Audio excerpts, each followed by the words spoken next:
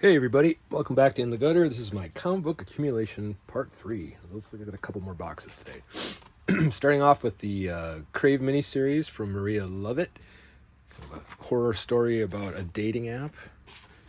And I have all 6 issues of that miniseries. One of Scott Morris's Crazy Fish issues. It's kind of an Ash Candy did. And then I picked up a bunch of covers of the new Cruella de Vil from Dynamite. This came out in, I think, early 2024, so it's pretty new. It's my favorite Disney villain, and probably my favorite Disney feature in 101 Dalmatians. Cult of Icarus, can't remember. I think I just picked this up to read it. I don't honestly remember that much about it. I was like the concept of the damage control, so I had the 4-issue damage control miniseries. Tom King's Danger Street, which was really good and frankly a little over my head, I think. But I think if you're a DC historian, there's a lot more to this series than I was able to familiarize myself with, but I did enjoy it nonetheless. A couple issues in particular. So that was a DC Black Label 12-issue series. The first Frank Miller on Daredevil, and then more Frank Miller Daredevils. If I have these, I usually tend to not part with them. So the first, is this the first Death of Elektra? Yeah, this is the Death of Elektra. Classic Frank Miller Punisher appearance. Probably one of the most iconic Daredevil covers of all time. Couple copies of that, and again, just any of these, Typhoid Mary, just stuff that I don't know was important to me back when I was younger. Some of this stuff I just kept because I'm familiar with it. And then I got into the newer series, and John Romita Jr. had been doing it, and basically I picked up every Daredevil since in the last couple of years, continuing with, I think this was last week's giant size Daredevil. Picked up the Daredevil Echo miniseries, Gang War. So just all the spin-offs. And again, there's a billion volumes of Daredevil. They renumber it every couple years, but then they did Daredevil Woman Without Fear with Elektra. Gave Darkhold a try. I think I got 4 or 5 issues of that. Actually, it looks more like 8. It was okay. And then like I said, I really like Concrete. So this is the Dark Horse Maverick 2000 featuring Concrete. This is Dark Horse Presents #1, which is the first appearance of Black Cross, I believe. But more importantly, it is the first appearance of Concrete. This is a second printing. And I think I have, I don't know, a handful. No, this is the first print, and then I have the whole series, I believe, that packs through 5. And then we get 6. And 8. So I guess I do jump around. There's probably some issues that didn't have Concrete. This is number 10. This should be the first appearance of the Mask. Right? Yeah, I think this is the first appearance of the Mask from the Jim Carrey movie. Obviously, it looks very different in its original form, and I believe this is part 2 to that story. So this Mask is even different than the previous issue. So Dark Horse presents Concretes, and then of course this is where Sin City first appeared in Dark Horse Presents. So I have every Sin City appearance. X-Men had crept in there at that point. And then before Sin City, the miniseries popped out that the stories were running in DHP, so I was picking those up. And then it's just a combination of either, and then Hellboy 2. So Concrete, Sin City, and now Hellboy appearing in here. So then the series goes to like every Hellboy appearance in Dark Horse Presents. And then Dark Horse 100 with variant covers. What is this?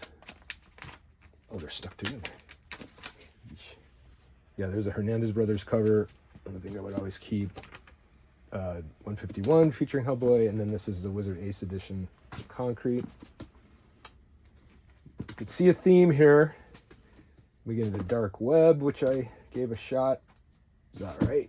I'm not much of an X-Men person, so I always feel like I'm out of the loop. I was trying to read a bunch of things to get caught back up after I dip out for a while. DC's Legion of Bloom, featuring all the green characters like Swamp Thing and Poison Ivy, etc. DC's Saved by the Belle Rev, which is a hospital, an insane asylum, I think, or the place where they kept the members of the Suicide Squad. Forgive me. DC Silent Tales #1. Mark Baron and Kelly Jones' Dead Man, Love and Death. I used to have both sets and both issues from each set, and I just seem to have #1 at the moment. Then I got on a little Deadpool kick, so I bought a bunch of Deadpools. Here's one of the timeless variants from Alex Ross. Bought a lot of Deadpool, because they make a lot of Deadpool.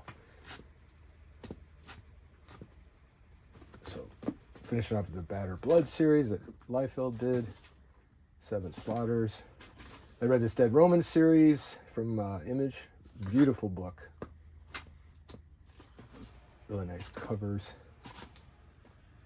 All right, and then getting back to my Sandman obsession. So Sandman was one of the comic books I actually collected, and it just didn't just accumulate. So I started getting all the versions I could, variants, whatever. I don't have the error copies and things like that, but I was definitely wanting to amass the Death miniseries. So this is a signed Chris Bacalo, Death #1.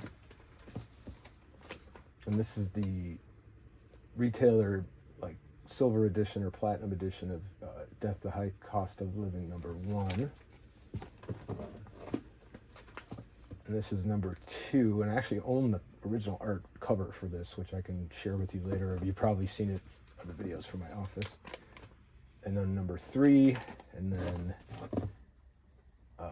another #3. One of these must be signed. I bet you one of these is signed on the inside. And this is the Death Gallery #1. And this is Death Talks About Life, and this is actually a safe sex, how to use a condom kind of public service announcement thing. So I grabbed that. And then I made a few sets of the High Cost of Living with 1s, 2s, and 3s. I think there were 5 sets. And then another 5 for the Death Gallery. And then as a retailer, I had, this is how they would come in a pack. You were putting them on the counters and you give them away to customers. And so I had one whole pack of these left. Not sure how desirable they are, but if anyone needs an unopened retailer ream of Death Talks About Life, I have one. And in fact, it looks like I have 2.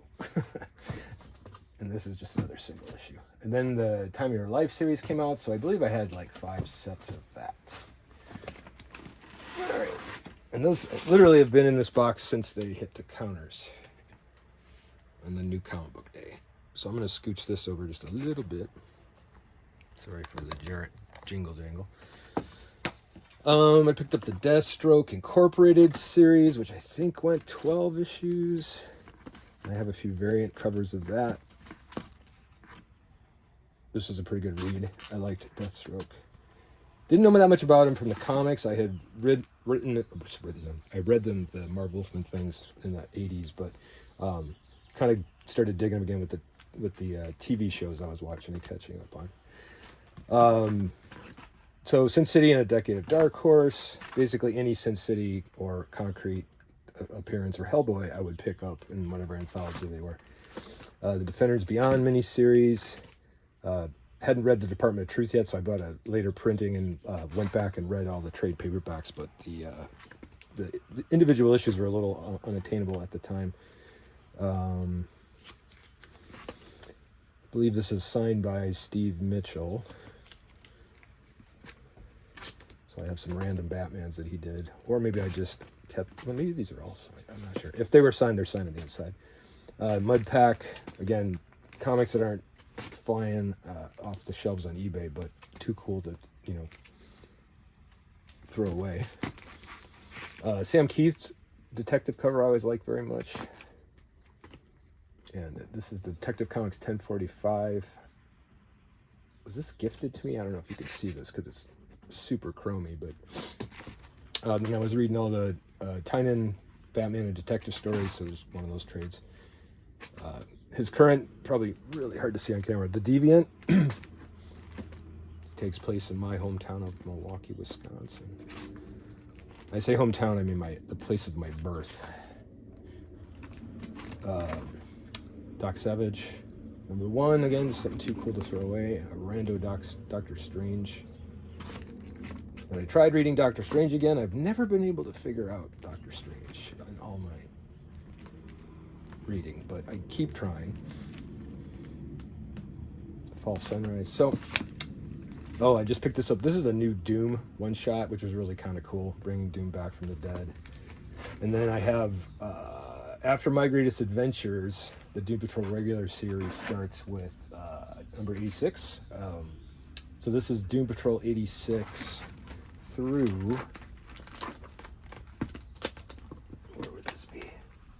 124. So that's the complete run. And then the new Bound 2, I guess you'd call it, started with number 1 in 1987. And then I have that whole run, which famously kind of comes to light when Grant Morrison takes over with issue 19. And this is pretty much the beginning of the Doom Patrol that you would know if you watched the Max series. And then I have every issue of that, which went under the Vertigo imprint, as did Sandman. Let's see, the first Vertigo version, Bolin cover 64. And then I ended my run with 87, which I think is, as it says, the ends. And then they tried this Tangent version, which I wasn't as into, but I was a completist, so I picked it out. And then since then, I've been trying to pick up the newer Doom Patrols, like the Unstoppable Doom Patrol. So these were fun reads too, much more like the series on TV.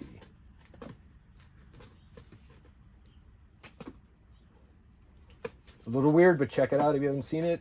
It's very well done and representative of the characters. I tried this Echo Lands, it recommended to me. It's kind of cool because it reads sideways and it's bound on the side corner.